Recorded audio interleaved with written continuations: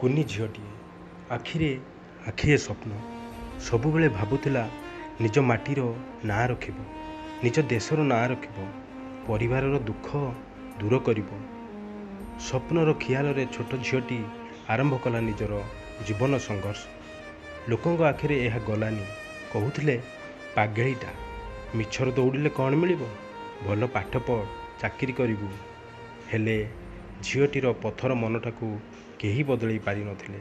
ଝିଅଟି ଖାଲି ଅନବରତ ଦୌଡ଼ୁଥିଲା, କେବେ ନଦୀ ପଠାରେ ତ କେବେ ଗାଁ ସାହିରେ, ପୁଣି କେବେ ରାଜପଥରେ।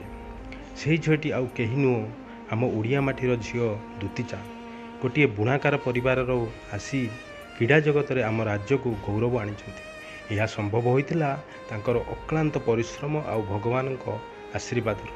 ଯେଉଁମାନେ ତାଙ୍କୁ ଥଟ୍ଟା ପରିହାସ କରୁଥିଲେ, ସେମାନେ ଆଜି ନୀରବି ଯାଇଛନ୍ତି।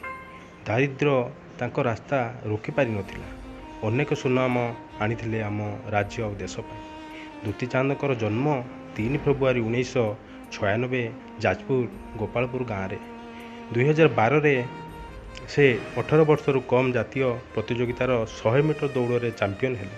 2013ରେ ପୁନେରେ ଅନୁଷ୍ଠିତ ଏସିଆନ୍ ଆଥଲେଟିକ୍ ଚାମ୍ପିଅନସିପ୍ରେ ମହିଳା 200 ମିଟର ଦୌଡ଼ରେ ବ୍ରୋଞ୍ଜ ପଦକ ହାସଲ କଲେ। ପୁଣି 2018ରେ ଅନୁଷ୍ଠିତ Jakarta Asian games silver medal ପାଇଲେ। ଆହୁରି ଅନେକ ସଫଳତା କହିଲେ ସରିବନି। ଜୀବନ ସଂଘର୍ଷ ଭିତରେ ଦୃଢ଼ତାର ସହ ଆଗକୁ ପାଦ ବଢ଼ାଇ ସଫଳତାର ପାହାଚ ଚଢ଼ିଥିବା ଦୂତୀ ଆଜି ଦେଶର ଗର୍ବ ଓ ଗୌରବ। କେବଳ ଓଡ଼ିଶାର ନୁହେଁ, ଭାରତର ପ୍ରଥମ ଆଥଲେଟିକ୍ ଭାବେ ବିଶ୍ୱସ୍ତରୀୟ ସଫଳତା ଲାଭ କରି ଦେଶ ପାଇଁ ଗୌରବ ଆଣିଛନ୍ତି ମହିଳା ଆଥଲେଟ୍ ଦୌଡ଼ରାଣୀ ଦୂତୀ ଚାନ୍ଦ। ରାଷ୍ଟ୍ରପତି, ପ୍ରଧାନମନ୍ତ୍ରୀ ଓ ମୁଖ୍ୟମନ୍ତ୍ରୀ ଠାରୁ ଆରମ୍ଭ କରି ଭାରତର ଘରେ ଘରେ ପ୍ରତିଟି ଲୋକ ଦୂତୀଙ୍କର ପ୍ରଶଂସାରେ ଶତମୁଖ। ଏକ ଗ୍ରାମରୁ ଆସି କିଟ୍ରେ ପାଠ ପଢ଼ିବା ଏବଂ ଆନ୍ତର୍ଜାତୀୟ ସ୍ତରରେ ଏକାଧିକ ପଦକ ଜିତି ରାଜ୍ୟ ଓ ଦେଶର ଗରିମା ବୃଦ୍ଧି କରିଥିବା ଏହି ଧାବିକାଙ୍କ ଜୀବନ ପଥରେ ବିଭିନ୍ନ ସମୟରେ ନାନା ଅବରୋଧ ଆସିଛି। ତାଙ୍କ ଶରୀରରେ ମାତ୍ରାଧିକ ପୁରୁଷ ହର୍ମୋନ ଥିବା ଅଭିଯୋଗ ଏବଂ ସମଲିଙ୍ଗୀ ସମ୍ପର୍କକୁ ନେଇ ଯେଭଳି ଝଡ଼ ସୃଷ୍ଟି ହୋଇଥିଲା, ତାହା ଯେ କାହାରି ଦମ୍ଭ ଭାଙ୍ଗିଦେବାର କ୍ଷମତା ରଖେ। କିନ୍ତୁ କୌଣସି ସମାଲୋଚନା ଓ ଅପବାଦ ଦୌଡ଼ରାଣୀ ଦୂତୀ ଚାନ୍ଦଙ୍କୁ ସଫଳତାର ଲକ୍ଷ୍ୟ ପଥରୁ ବିଚ୍ୟୁତ କରିପାରି ନାହିଁ। ନିଜର ଆତ୍ମବିଶ୍ୱାସ ଭାଙ୍ଗିବାକୁ ନ ଦେଇ ସଫଳତା ଦ୍ୱାରା ସମାଲୋଚକଙ୍କ ମୁହଁ ବନ୍ଦ କରିବାକୁ ସେ ଅଧିକ ଶ୍ରେୟସ୍କର ମନେ କରିଛନ୍ତି। ସଂଘର୍ଷମୟ ଜୀବନ ସତ୍ତ୍ୱେ ସଫଳତାର ମୁକୁଟ କେବେଳେ ପିନ୍ଧି ହୁଏ, ତାହା ଜ୍ୱଳନ୍ତ ଉଦାହରଣ ହେଉଛି ଦ୍ରୁତଧାବିକା ଦୂତୀ।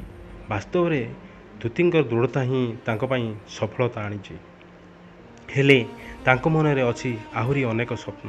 ନିଜ ଗାଁ ପାଇଁ, ନିଜ ମାଟି ପାଇଁ ସେ ମେଡ଼ିକାଲଟିଏ କରି ଲୋକମାନଙ୍କର ସେବା କରିବାର ଇଚ୍ଛା ହେଉ, କି ରାଜ୍ୟର ସ୍ପୋର୍ଟସ ଏକାଡେମୀ କରି ଗରିବ ପିଲାମାନଙ୍କୁ କିପରି ଆଗକୁ କ୍ରୀଡ଼ା କ୍ଷେତ୍ରରେ ସୁନାମ ଅର୍ଜନ କରିପାରିବେ, ସେଥିପାଇଁ ସେ ସର୍ବଦା ଚେଷ୍ଟିତ।